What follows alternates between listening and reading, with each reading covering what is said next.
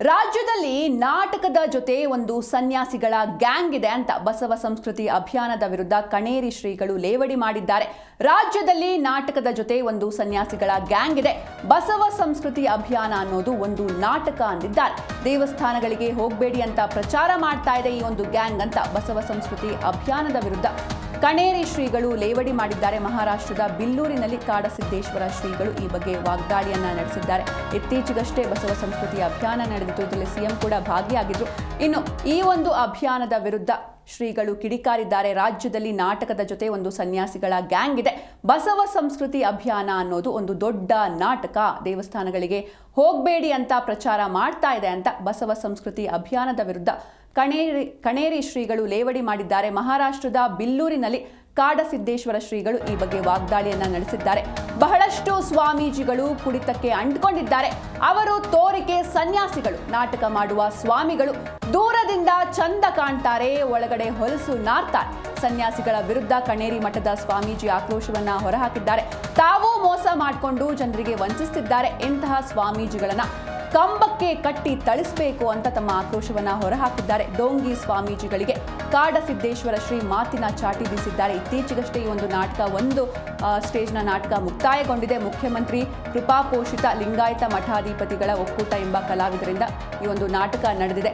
ಸನ್ಯಾಸಿಗಳ ವಿರುದ್ಧ ಕೊಲ್ಹಾಪುರ ಕಣೇರಿ ಮಠದ ಸ್ವಾಮೀಜಿಗಳು ಈ ಒಂದು ರೀತಿಯಾಗಿ ಹೇಳಿಕೆಯನ್ನ ನೀಡುವಂತಹ ಮೂಲಕ ಆಕ್ರೋಶವನ್ನ ಹೊರಹಾಕಿದ್ದಾರೆ. ಮಹಾರಾಷ್ಟ್ರದ ಬಿಲ್ಲೂರಿನಲ್ಲಿ ಅದೃಶ್ಯ ಕಾಡಸಿದ್ದೇಶ್ವರ ಸ್ವಾಮೀಜಿ ವಾಗ್ದಾಳಿ ಮಾಡಿದ್ದಾರೆ. ಸನ್ಯಾಸಿಗಳನ್ನ ಇಡೀ ದೇಶ ತುಂಬ ತಿರುಗಾಡಿ ಏನು ಹೊರಗೆ ಕಾಣ್ತಾವ, ಒಳಗೇನು ಇರಂಗಿಲ್ಲ. ದೂರ್ಲೆ ನೋಡಿದ್ರೆ ಚಂದ, ಒಳಗೆ ಹೋದಂಗೆ ಹೊಲಸು ನಾರ್ತಾವ.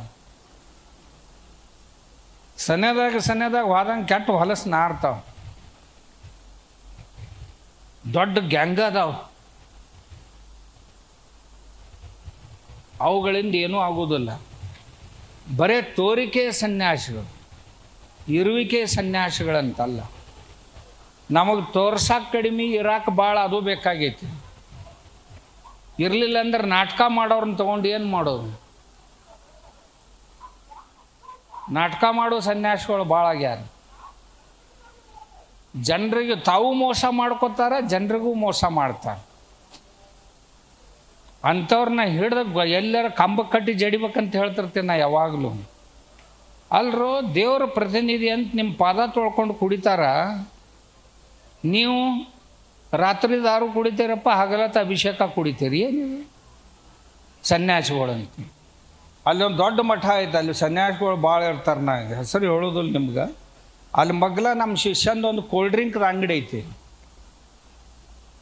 ಅವ ನನಗಂದ, ಅಪ್ಪವ್ರ ಈ ಸನ್ಯಾಸಿಗಳು ರಾತ್ರಿ ಕೋಲ್ಡ್ ಡ್ರಿಂಕ್ ಎದಕ್ಕೆ ಹೋಯ್ತಾರ್ರಿ ಅಂತಂದವ. ನಾನು ಹಗಲತ್ತು ಕುಡಿತೈತ್ರಿ ಮಂದಿ, ನಮ್ಗೆ ಗೊತ್ತೈತಿ. ಇವ್ರು ರಾತ್ರಿ ಕೋಲ್ಡ್ ಡ್ರಿಂಕ್ ಹೋಯ್ತಾರ್ರಿ ಅನ್ನೋ. ಏನು ನನಗೂ ಗೊತ್ತಿಲ್ಲ ಬಿಡ್ರಿ. ಇಲ್ರಿ, ದಾರುದಾಗ ಕುಡ್ಸಕ್ಕೆ ಹೋಯ್ತಿರ್ತಾರೆ ಮಂದಿ ಅಂತಂದ. ಅದೇ ಉತ್ತರ ನೋಡಪ್ಪ ಅಂತ ಹೇಳಿ. ಉಳ್ದವ್ರು ಹೋದ್ರೆ ನಮಗೆ ಸಂಶಯ ಬರೋದಿಲ್ಲ ರೀ, ಸ್ವಾಮಿಗಳು ತೊಗೊಂಡು ಹೋಗ್ತಾರ್ರಿ ರಾತ್ರಿ ಬಂದು ಅಂತಂದವ. ನಾನು ಮುಂದೆ ಹೇಳಿದ್ ಭಾಳ ಚಲೋ ಆಯ್ತು. ಮುಂದಿನ ಹೇಳಕ್ಕೆ ಹೋಗ್ಬೇಡ, ಯಾಕಂದ್ರೆ ನಾಳೆಗೆ ನಮಸ್ಕಾರ ಮಾಡೋರು ಒದ್ದಾರಿ ಹಿಡ್ದಂದು. ದೇವ್ರು ಗುಡ್ಯಾಗಿಲ್ಲ, ಗುಡ್ಯಾಗ ಹೋಗ್ಬೇಡ್ರಿ. ಮನ್ಯಾಗ ದೇವ್ರೆಲ್ಲ ಗೊಳೆ ಮಾಡಿ ಹೊಳ್ಯಾಗ ಹಾಕ್ರಿ.